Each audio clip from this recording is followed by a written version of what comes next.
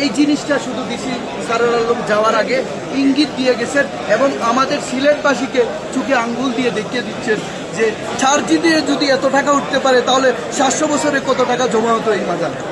এই জিনিসটাই এটাকে অব্যাহত রাখা দরকার কিনা? উনি তো চলে যাচ্ছেন। অবশ্যই উনি প্রশাসনিক কাজ, প্রশাসনিক ধারাবাহিকতায় চলা উচিত, কারণ উনি ডিসি চলে গেলেও আরেকজন নতুন ডিসি আগমন হবে। অবশ্যই একজন, প্রত্যেকটা জেলায় একজন ডিসি অবশ্যই থাকবে।